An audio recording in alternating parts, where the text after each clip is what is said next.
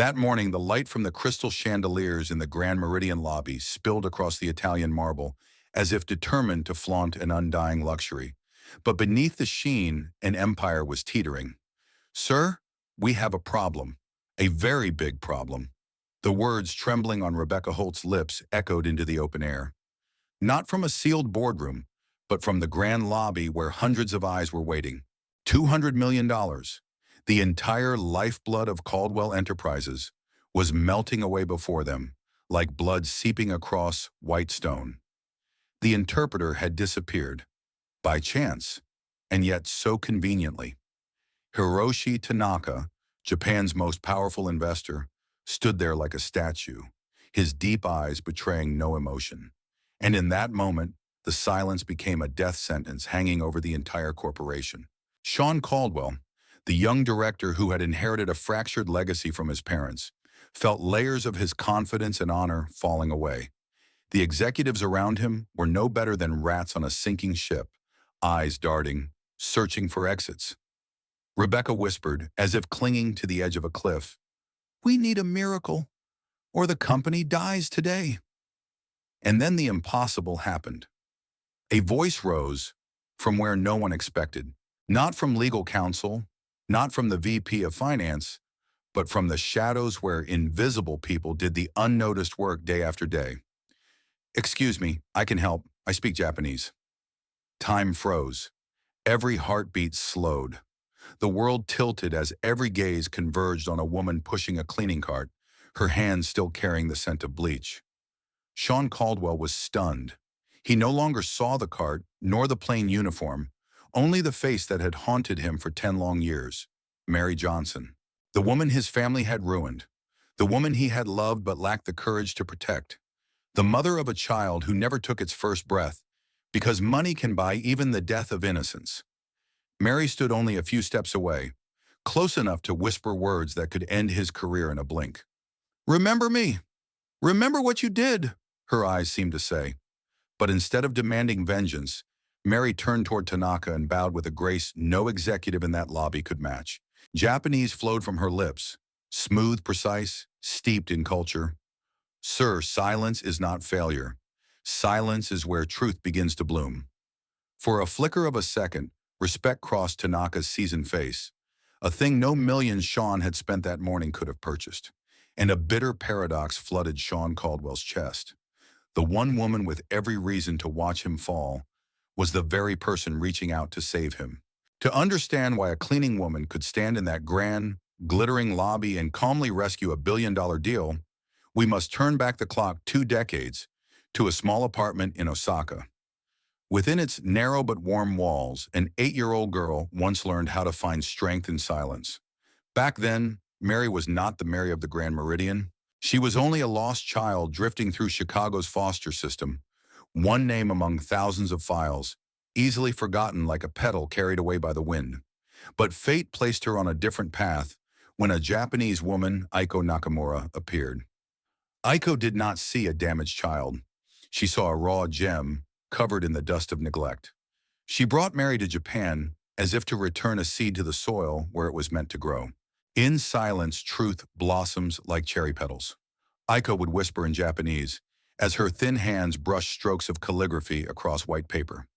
Mary's mornings began with the ritual of the tea ceremony, where each gesture, from lifting the cup to the slow breath, taught her that patience is the foundation of strength. Afternoons were spent in hours of brush practice, each black stroke becoming a bridge between discipline and beauty. At night, they walked through temple courtyards where the wind carried bell chimes, teaching Mary how to listen to what cannot be seen. 10 years passed like a single long season. Aiko taught her that invisibility was not weakness, but preparation. "The world will try to erase you," she said, her gaze kind but firm. "But invisible does not mean powerless. Invisible means ready, waiting for the moment you must step out." Termasuwain. When cancer came, Aiko faced it with the calm of one who had lived fully by her principles. She died in the same room that had witnessed countless nights of writing practice, leaving behind a sealed letter written in both Japanese and English. "You will know when to open this," she instructed, before closing her eyes with a serene smile. At 18, Mary returned to Chicago, carrying not wealth but a spiritual inheritance like a sacred flame in her heart. The letter remained sealed, but Aiko's teachings lived on. Patience, observation, respect, courage.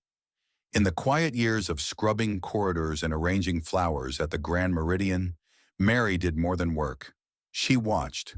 She listened to powerful men speaking carelessly, thinking no one heard. She studied their habits, their weaknesses, the hidden corners untouched by chandelier light. No one noticed. But Aiko had foreseen it. One day Mary's invisibility would become her sharpest weapon. And that day was now beginning to unfold in the heart of Chicago. Once, amid the red-carpeted hallways and the drifting notes of piano music from the Grand Meridian bar, love quietly bloomed. Not the shallow kind flaunted by the elite, but a tender, hesitant, and yet fierce love between a girl doing invisible work and a young man who still believed justice and profit could coexist. Mary was just 18 then, newly returned to Chicago after the death of her foster mother, Aiko. She chose the cleaning job at the hotel not only because she needed money, but because it let her watch power up close while keeping the cloak of invisibility she had learned to wear. Day after day, she arranged flowers in the grand lobby, each stem placed not as decoration, but as a silent prayer, a story told through petals. It was those flowers that caught the eye of 24-year-old Sean Caldwell, still learning to bear the weight of being heir to a vast empire. He noticed something in the way Mary set each blossom. Focus, humility, and a beauty born of discipline, qualities he had never once seen in the boardroom. From fleeting encounters in elevators grew short conversations over coffee, then longer exchanges in storage rooms scented with jasmine tea, filled with worn poetry books and honest laughter. Sean gave her fountain pens for calligraphy, volumes of verse she loved, and packets of jasmine that reminded her of Osaka. Their love grew in simplicity, unadorned, like sunlight creeping through a narrow window. Then came the day Mary told him she was pregnant. Her heart blazed with hope. A home, a small family she once thought existed only in dreams. Sean held her tight, promising marriage, a radiant future, proof that love could bridge any divide. But shadows soon fell across their fragile joy. Eleanor Caldwell, Sean's mother, a woman who had turned harshness into a weapon and money into a blade, summoned Mary to her office. Upon the polished mahogany desk, she laid out $20,000, the bills stacked with the chill of a verdict. "You will destroy his future, and I will destroy your," Eleanor said, her voice cold as steel. "This is the only gift you can accept. Disappear. If not, I will erase every lifeline you have. Scholarships, work, even the honor your mother left behind." Mary froze. In that instant, she knew it was no choice at all. It was an order, backed by the power to silence the world itself. 3 days later, in a sterile hospital room in Portland, Mary lost the baby who never drew a breath. Doctors muttered clinical words. Excessive stress. But deep inside, she knew. This was no accident. It was a crime, bought with money and fear. The child she never held, she named Aiko, after the mother who had once taught her that love could outlive death. From that day, Mary vanished from Sean's life, leaving him with an emptiness he could never explain. For her, the pain became a scar carved deep, teaching her to live in silence while waiting for the season when truth would be allowed to bloom. 10 years later, Chicago greeted Mary with damp streets cloaked in morning fog, glass towers piercing the sky, and a chill no different from the scar carved into her heart. She did not return for Sean, nor for the shredded remnants of their past. She came back for one reason alone. Tessa, her foster sister, only 16, had been left adrift after her adoptive parents were killed in a suspicious car crash. Mary knew all too well what awaited Tessa if she didn't step in, the merciless machinery of a system that reduced orphans to numbers. She would not let history repeat itself. The Grand Meridian, the very place where her love once blossomed and was then strangled, opened its doors again. A plain job application, an old reference file, and she was accepted back in as a cleaning staff. No one asked questions. To management, a janitor only needed to be diligent, punctual, silent, invisible. And invisibility was precisely what Mary required. In the deep blue carpeted corridors with cleaning chemicals soaking into her skin, Mary resumed her quiet watch. She memorized stray phone calls executives thought no one could hear. She caught whispers of backroom deals seeping through half-shut doors. Piece by piece, she assembled a mosaic of corruption festering beneath the crystal chandeliers. It was here that she met Clara Evans, a 60-year-old woman with silver hair but sharp eyes that still carried the clarity of someone who had once known the price of honesty. Clara, head of housekeeping, saw what others ignored. She noticed the difference between someone polishing glass for a paycheck and someone polishing it as if searching for the truth reflected back. "You walk with the bearing of the exiled, yet like a queen," Clara said one evening as they cleaned the executive floor together. "There's a story written in your silence. I see it in the way you place each flower, as if sending prayers through the stems." Mary touched the sealed letter she always carried in her uniform pocket, the last legacy of her foster mother, Aiko. "She taught me that some stories bloom only in their season, and when the season comes, nothing can stop them." Clara nodded, smiling with a trace of sorrow. "I once knew someone like your mother. She believed true power wasn't in shouting fire, but in knowing when to be silent and when to rise. But the price of rising is often everything." Shakiduram. From that night, Clara became an unspoken ally, part mentor, part surrogate mother. She sensed Mary held secrets, but instead of prying, she gave her space. In the modest apartment Mary rented near the train station, she built a quiet life with Tessa. Mornings at work, evenings spent helping her sister study, trying to fill the voids their childhoods had left. Yet when Tessa drifted into sleep, Mary would unfold Aiko's letter and read the words she already knew by heart. "Silence is preparation, but silence forever is a prison. You will know when to break the wall." Mary didn't yet realize it, but the season of truth was near, and it would burst into bloom right here, among the marble walls and chandeliers of the Grand Meridian. That morning, the air inside the Grand Meridian lobby was thick as if an invisible trial were underway. Every glance, every whisper, every breath among the executives carried the scent of panic.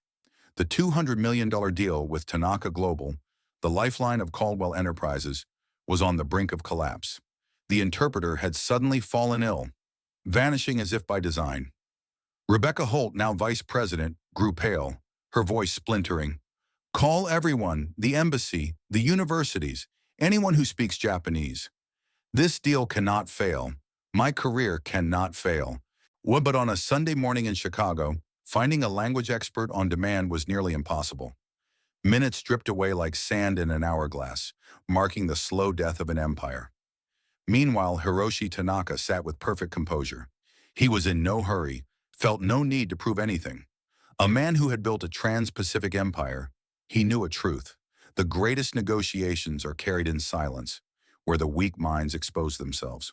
And that silence was suffocating every American in the room. One executive muttered under his breath, "He should have learned English before coming here.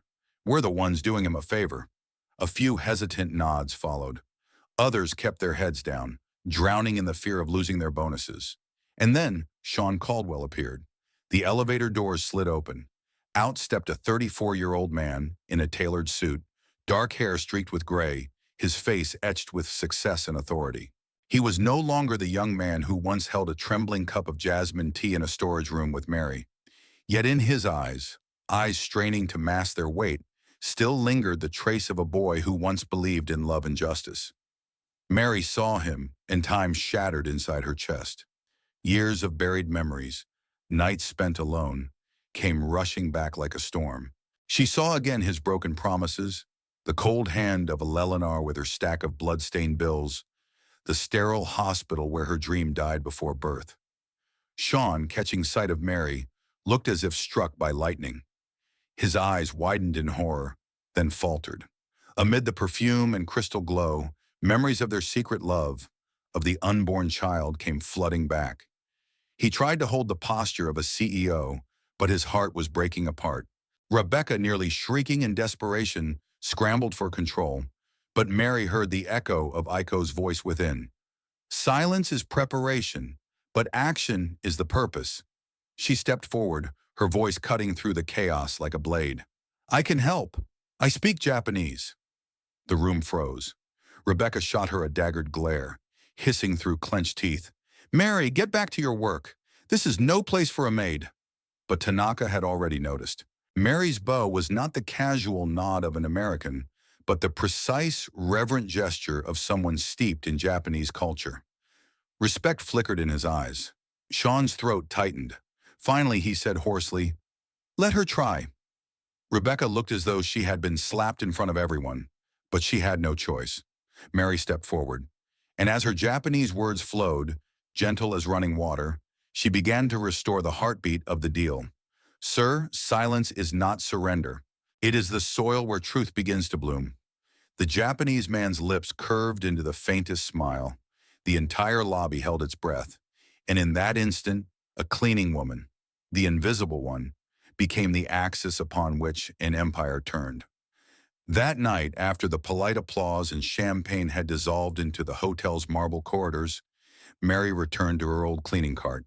From afar, she heard the sharp rhythm of leather shoes and saw a sheet of paper slip to the floor as a man hurried past.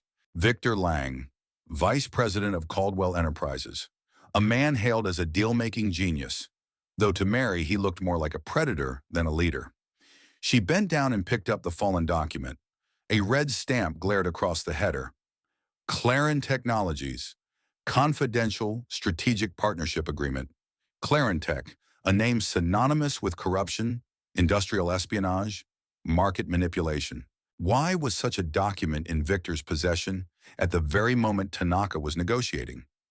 Mary quickly snapped a photo with her phone, her heartbeat thundering. She knew she had just touched the deeper layers of the storm. That night, while she was folding sheets on the 7th floor, her phone vibrated. An unknown number. The message was short, cold, sharp as a knife to the throat. Stop asking questions that don't belong to you. Think about Tessa. She has such pretty flowers in her school garden. It would be a shame if something happened. An image followed. Tessa, her 16-year-old sister, walking out of the library, carefree, unaware of the lens stalking her from the shadows. Mary froze, blood draining from her body. Her hands trembled as she held the phone. Someone had been watching every step Tessa took. They had found the one weakness that could break her. The next morning, Mary sought out Clara Evans, head of housekeeping, the woman who had once been Eleanor Caldwell's confidant, before breaking ties when she realized the price of blind loyalty. Clara listened, her aged but fierce eyes hardening as Mary showed her the message and photo. The older woman's voice dropped low, heavy. I've seen this before, child. Dark power. Men in suits who speak of the future, but carry blood on their hands. They think money and status place them above the law, but no one escapes the truth forever. From her worn wallet, Clara pulled out an old business card, its edges frayed. Grace Monroe, federal prosecutor, an old adversary of corrupt corporations. I once turned to Grace when Sean's father stole pension funds from the workers. Without her, I'd have lost everything. You must see her. She'll know exactly what you're up against. Cushion, Mary held the card, her hands still trembling, but her eyes now burned with fire. She understood. The darkness wasn't only targeting the corporation, it had reached for her family, for Tessa, for the last scrap of peace she had left. In a modest apartment overlooking Lake Michigan, Mary sat across from a woman with a striking presence. Grace Monroe, short silver hair, angular face, eyes that seemed to cut through the layers of silence people built around themselves. On the wooden table lay not wine glasses or glossy folders, but a small voice recorder, a thick case file, and a steaming cup of black coffee. Clara said you have something to share, Grace began, her voice husky yet sharp. Mary placed her phone on the table and opened the threatening text with the photo of Tessa being followed. Her lips trembled as she spoke. They know about my sister. They want me silent. Grace glanced at the screen, expression unchanged. She was used to such filth. But when she noticed Mary's clenched fist gripping her uniform sleeve, desperately holding back tears, she leaned forward, her tone lowering. You must understand, this path has no halfway point. If you step in, there are only two outcomes. You come into the light with the truth, or you are swallowed by the dark, and the dark does not let go easily. Mary stayed silent. In her mind, Aiko's words echoed, "Silence forever is a prison." Yet the image of Tessa's bright smile under golden sunlight nearly shattered her resolve. Grace slowly opened the file and slid it across the table. Photos, figures, legal notes. Victor Lang's name appeared again and again, directly tied to Eleanor Caldwell. A web of money laundering, bribery, and manipulated international contracts.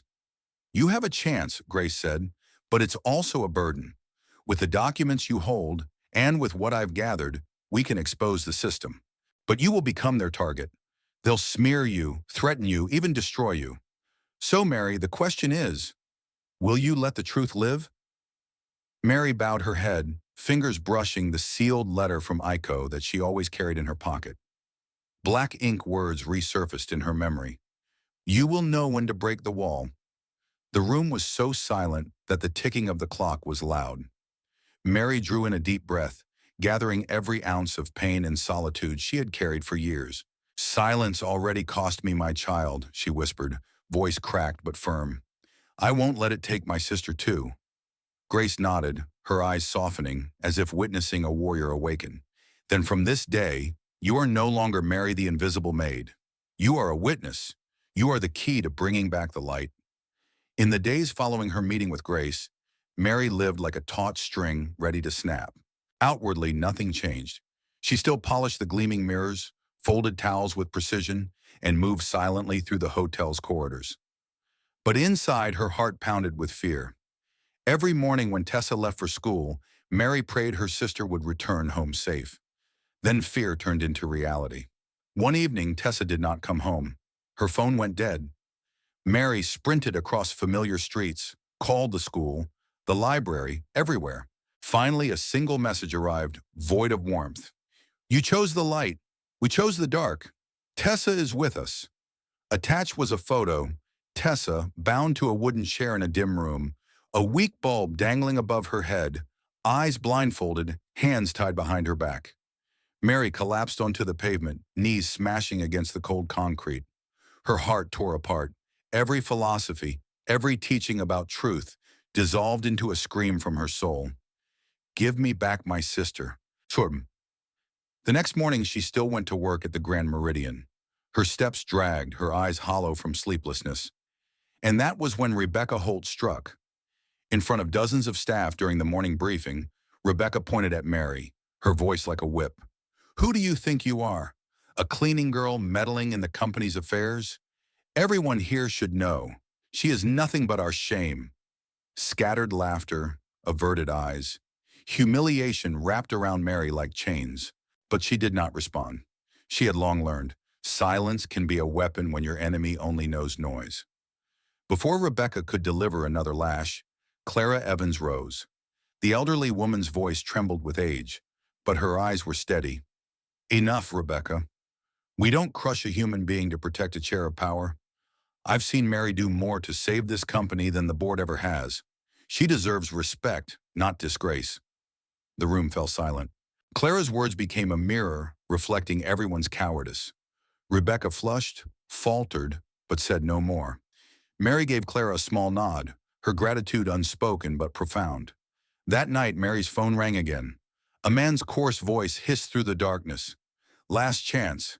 Hand over everything, photos, documents, your ties to Monroe, or Tessa will never see the sun again." Mary dropped the phone, tears blurring her sight. Yet beneath the grief, a fire surged. She remembered Aiko's teachings, Grace's unwavering gaze, Clara's courage. They had struck her deepest wound. But that wound became her fuel. There was no turning back.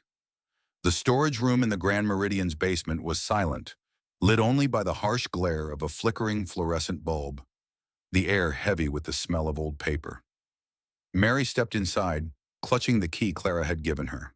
Before her were stacks of dusty files, records of Caldwell Enterprises filled with more than numbers. The door creaked open behind her. Sean Caldwell entered. His suit was rumpled, tie loosened, face hollowed by sleepless nights. The proud CEO was gone. What remained was a man carrying an unhealed wound. "Mary," he whispered, his voice rough, like wind scraping through stone. She turned, eyes bright with unshed tears. "Don't say my name as if you still have the right." Sean fell silent. For 10 years, he had imagined this moment hundreds of times. None of those rehearsals prepared him for the anguish now standing before him. Mary pulled a folded piece of paper from her pocket. Her hands trembled as she opened it.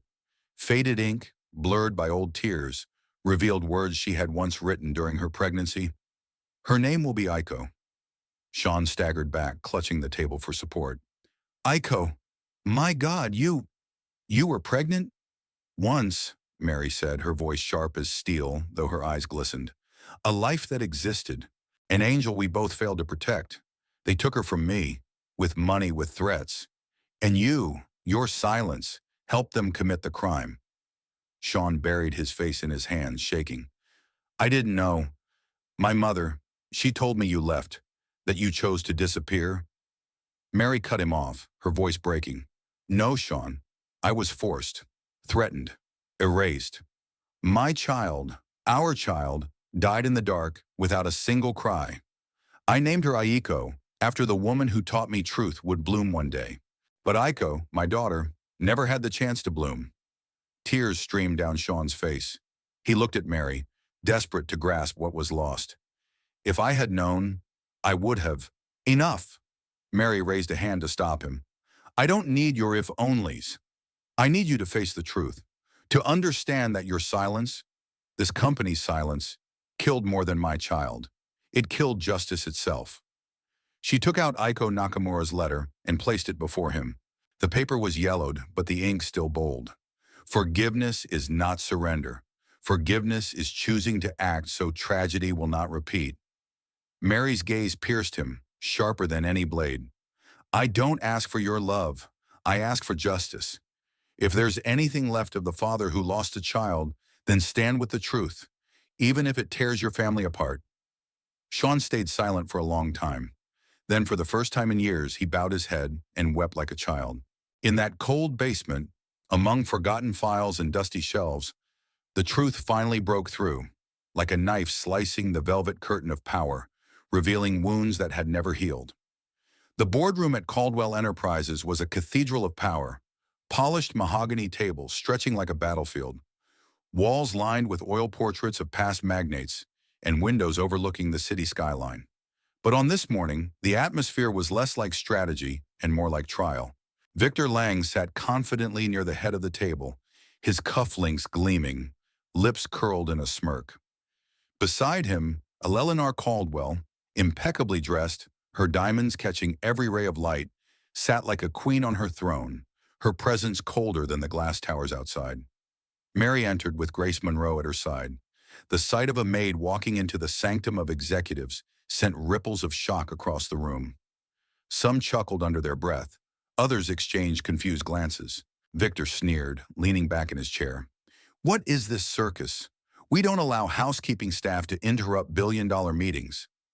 Grace laid a folder on the table, her voice calm but sharp as a blade. "This is no interruption. This is evidence."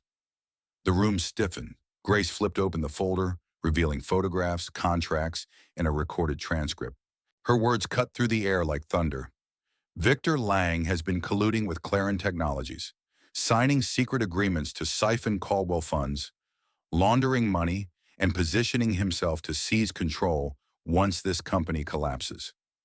Every dollar he diverted, every falsified contract is documented here." Murmurs broke out, chairs scraped, executives leaned forward, wide-eyed. Mary stepped up, her voice steady. "And Eleanor Caldwell knew. She authorized the cover-ups, silenced whistleblowers, and used threats to erase anyone who stood in the way. 10 years ago, she silenced me. She killed my child with her money and her lies. And she thought her power would hide the truth forever." The room froze. Eleanor's smile faltered, her diamond-encrusted hand tightening into a fist. "You dare," she began, but Grace cut her off. "Eleanor, the law will decide. You're no longer untouchable. And Victor, the FBI already has copies of these files. You can mock us, but you can't outrun justice. For the first time, Victor's smug expression cracked. Mary's gaze swept across the boardroom, her words echoing with a strength forged in years of silence. This company was built on lies and intimidation, but no more. Today, truth walks into this room. You can laugh at a maid, but you cannot erase what she knows. And you cannot erase the dead who still cry for justice. Executives who once sat in silence now shifted uneasily, some lowering their eyes in shame. For the first time, Eleanor's empire trembled, not from external enemies, but from the truth breaking through her walls. At the head of the table, Sean Caldwell stood, voice heavy with a son's grief but firm with a leader's resolve. From this moment, I choose truth over blood. If my family name must burn to rebuild what is right, then let it burn. The boardroom erupted, some shouting, others demanding order. But in that chaos, one fact became unshakable. The era of silence was ending. The truth had shaken the boardroom, but Victor Harrington, the master of shadow deals, wasn't one to surrender easily. He stood abruptly, his voice slicing through the tension, cold and calculated. Do you truly believe in this spectacle? That a mere cleaning lady, a lowly maid, can bring down decades of business acumen, decades of trust built through hard work? You want to risk everything on her? His words hung in the air like poison, each syllable meant to undermine everything Mary had revealed. He turned to the board, his voice growing louder, more persuasive. You can believe in her story, or you can believe in mine. The man who has kept this company afloat for 20 years. A girl like her, what is she really worth to you? Look at the facts. Can you afford to destroy everything because of some fabricated claims? His eyes locked onto Mary, a sneer curling at the edges of his lips. Or are you all willing to trust a liar? Someone who has nothing but the desire to destroy everything we've worked for? But the battle wasn't just happening inside the boardroom. Outside, the media storm had already begun. Mary's reputation, once invisible, now on full display, was being dragged through the press. On screens across the world, headlines flashed. Mary Johnson, housekeeper turned whistleblower or corporate spy. Caldwell Enterprises in crisis, the shocking secrets revealed. Victor's planted false stories quickly spread across news outlets, accusing Mary of espionage, claiming she had stolen confidential documents, leaking them to the press, and jeopardizing national security. The media turned her into a villain, and in the eyes of many, she was the scapegoat. As the public backlash mounted, Sean Caldwell's eyes widened. He saw his family's empire on the brink of ruin. The accusations were growing, the media frenzy intensifying. But he could see through the lies now. He knew the truth, and so did the rest of the board, even if they were too frightened to admit it. He turned to Mary, his face filled with guilt and regret. We need to act fast. They're twisting everything. The media's out for blood. You can't just stand by while they tear your name apart. But Mary didn't flinch. Her expression was steady, calm, a mirror of the strength she had honed over the years. I've already paid the price for silence, she said quietly. If they want to drag me through the mud, let them. But I will not back down from the truth. At that moment, she made her choice. The battle had turned from corporate corruption to something far more personal. She had become the symbol of everything they feared, the one person who refused to stay quiet, even when the world was trying to bury her voice. Outside, the media circus raged on. Inside, the boardroom became a battlefield where truths were no longer negotiable. Mary's story had become a movement, and as the world watched, the tides began to shift. The room was still charged with tension, and the media storm outside continued to swirl. The accusations against Mary were everywhere, and her name was being dragged through every headline. But she had come to terms with one undeniable truth. The only way out was through. Victor sat with a smug grin on his face, convinced that he had won. His lies had spread like wildfire, and Mary was left fighting against a tide of public doubt. But what he didn't know was that Mary had one last weapon left, one that would not only expose him, but destroy the empire he had so carefully built. Mary stood, her voice calm but unyielding. It's funny how you only begin to see the truth when you've been backed into a corner, Victor. Victor's expression faltered, but he quickly recovered, narrowing his eyes. What do you mean? I mean, Mary said, that your lies have a way of catching up to you. She pulled a small USB drive from her pocket and placed it on the table in front of him. The room fell silent. This, she continued, is the confession you never thought would see the light of day. It's all here. Your dirty dealings, your manipulations, your bribes, everything. Your collaboration with Clarin Technologies, your money laundering scheme, and every dirty trick you use to keep your power. And guess what? It's not just on this drive, it's everywhere. She pressed a button on her phone. A video began to play on the large screen in the room. The footage was grainy, but the voices were clear. It was Eleanor's voice.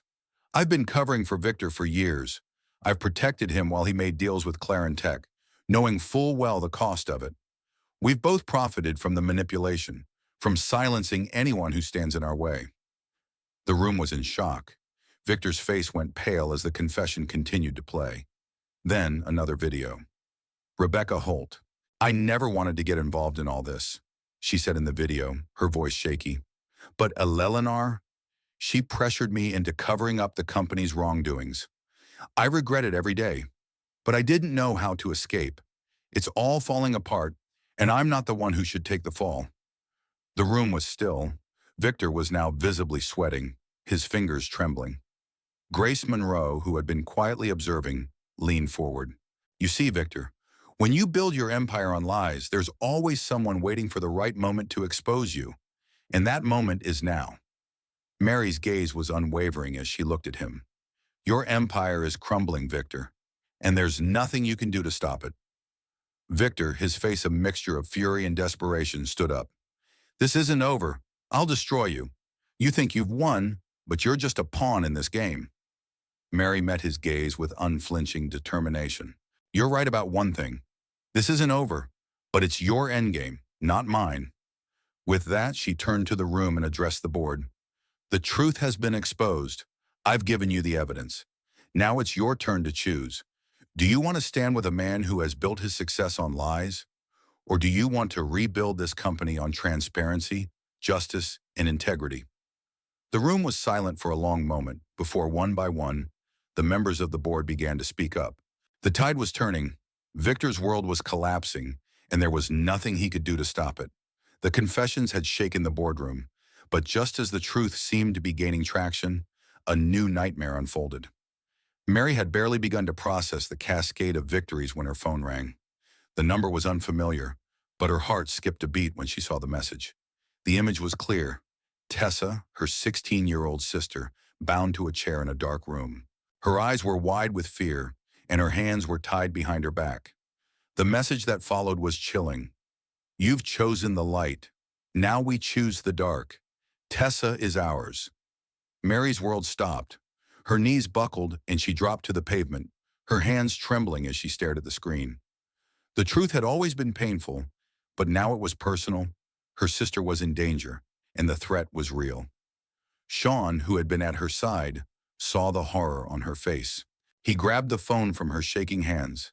His breath caught in his throat as he saw the message. They've taken her, he muttered, his voice raw. They've gone too far. Without a word, Mary stood up.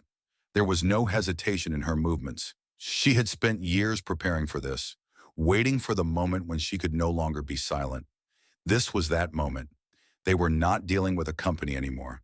This was no longer about the boardroom or corporate corruption. This was a war over her family, over the people she loved, and she would stop at nothing to save them. At that moment, the sound of a car engine rumbled in the distance. The FBI, led by Grace Monroe, had been working behind the scenes to track the criminal network that had infiltrated Caldwell Enterprises. Grace's team had already been working on finding Tessa, but now the clock was ticking and every second mattered. Mary felt the weight of the situation.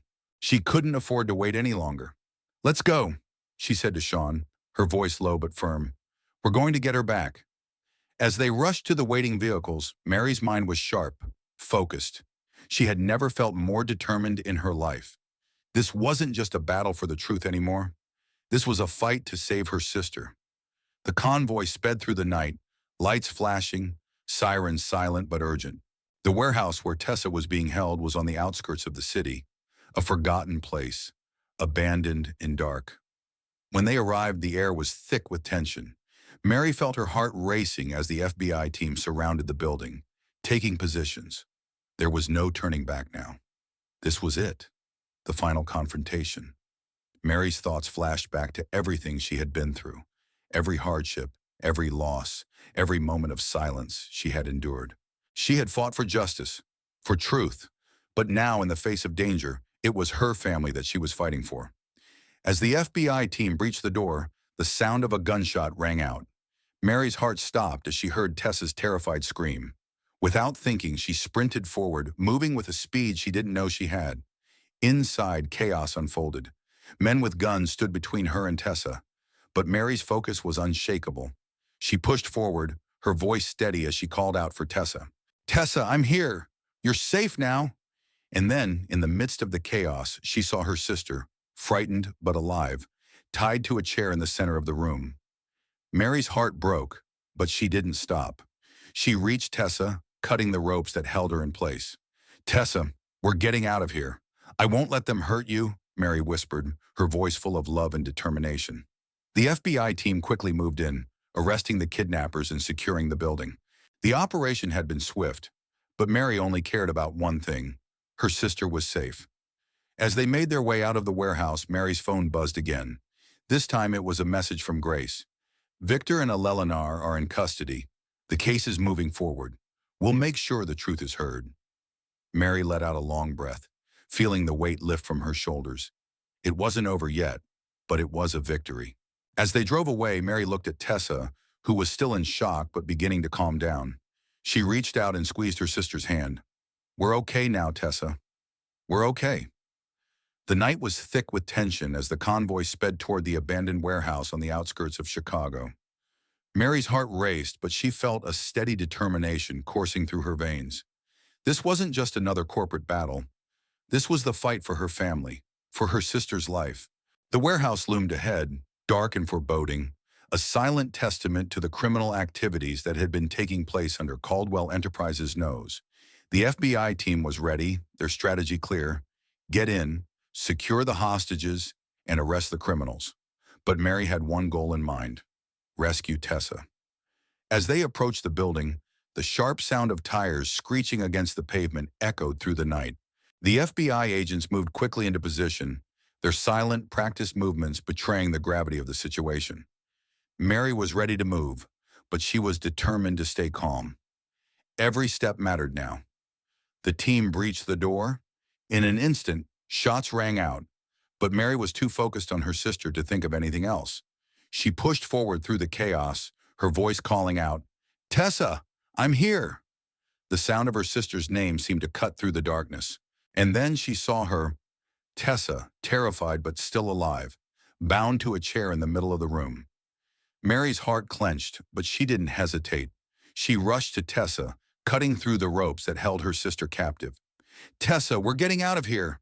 I won't let them hurt you," Mary whispered, her voice trembling, but steady with love and resolve. The FBI moved in quickly, surrounding the kidnappers and taking them into custody. The rescue operation had been swift, but for Mary it didn't matter. What mattered was that Tessa was safe. They rushed out of the warehouse, Mary holding her sister tightly. As they reached the convoy, Mary's phone buzzed again. This time, it was a message from Grace. "Victor and Eleanor are in custody. We're moving forward with the case. The truth will be heard." A wave of relief washed over Mary. The fight wasn't over, but a crucial battle had been won. They had taken down the people who had stolen her life, her peace, and her family's future. As the convoy headed back to the city, Mary looked at Tessa, still shaken but beginning to calm. She held her sister's hand, the warmth of her touch a reminder that they were finally free. "We're okay now, Tessa. We're okay." But even as the words left her mouth, Mary knew the fight wasn't finished. There were still battles to come. The truth had started to unravel, but the consequences of everything that had happened were far from over. The truth about Caldwell Enterprises, about Victor and Eleanor, would soon be revealed to the world, and Mary would be there to make sure it was heard. That morning, the federal courtroom in Chicago was packed. Outside, the media gathered in a frenzy, cameras flashing as reporters shouted questions. The electronic ticker along the news channels read, "Caldwell trial, the biggest corruption scandal of the decade. Mary walked in, no longer a cleaning maid, no longer invisible. She wore a simple navy blazer and in her ears, small pearl earrings, her late foster mother's legacy.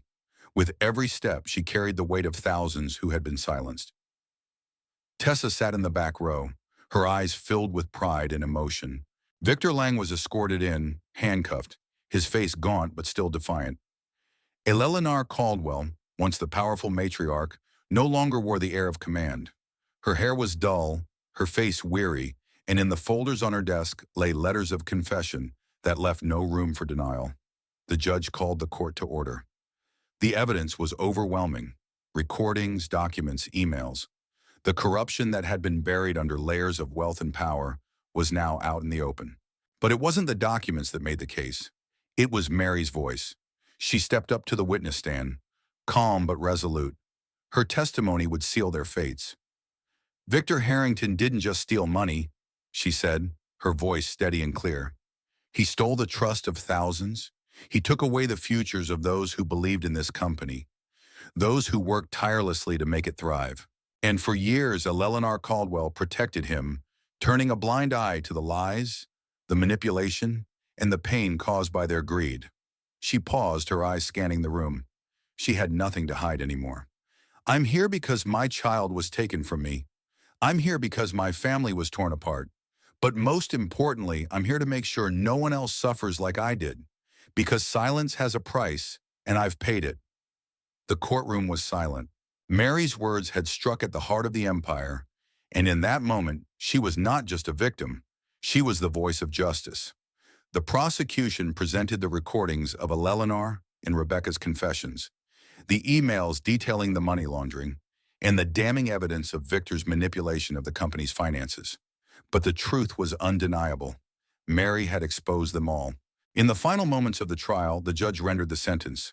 Victor Harrington, 30 years in prison for corruption, kidnapping, and attempted murder. Rebecca Holt, stripped of all managerial rights, granted leniency for cooperation. Eleanor Caldwell, her assets transferred to the Johnson Initiative Fund, which would restore rights to the employees she had exploited. As the verdict was read, Sean Caldwell stood. His voice rang through the courtroom. The empire my family built has crumbled, but from the ashes we will rebuild. And it will not be on the foundation of lies and deceit. From now on, Caldwell Enterprises will be built on transparency, justice, and integrity. He turned to Mary, his voice quieter, but filled with sincerity. Mary Johnson will be the first director of ethics and transparency at Caldwell Enterprises. She will have the independence to oversee every decision made here. Mary stood, her heart full. The fight wasn't over, but the first step had been taken. 6 months later, in her new office, the walls were adorned with the calligraphy of ICO. The company's mission statement had been rewritten, rooted in values that would never again be compromised. Silence is not defeat, and silence is not surrender, the phrase read beneath the mission statement.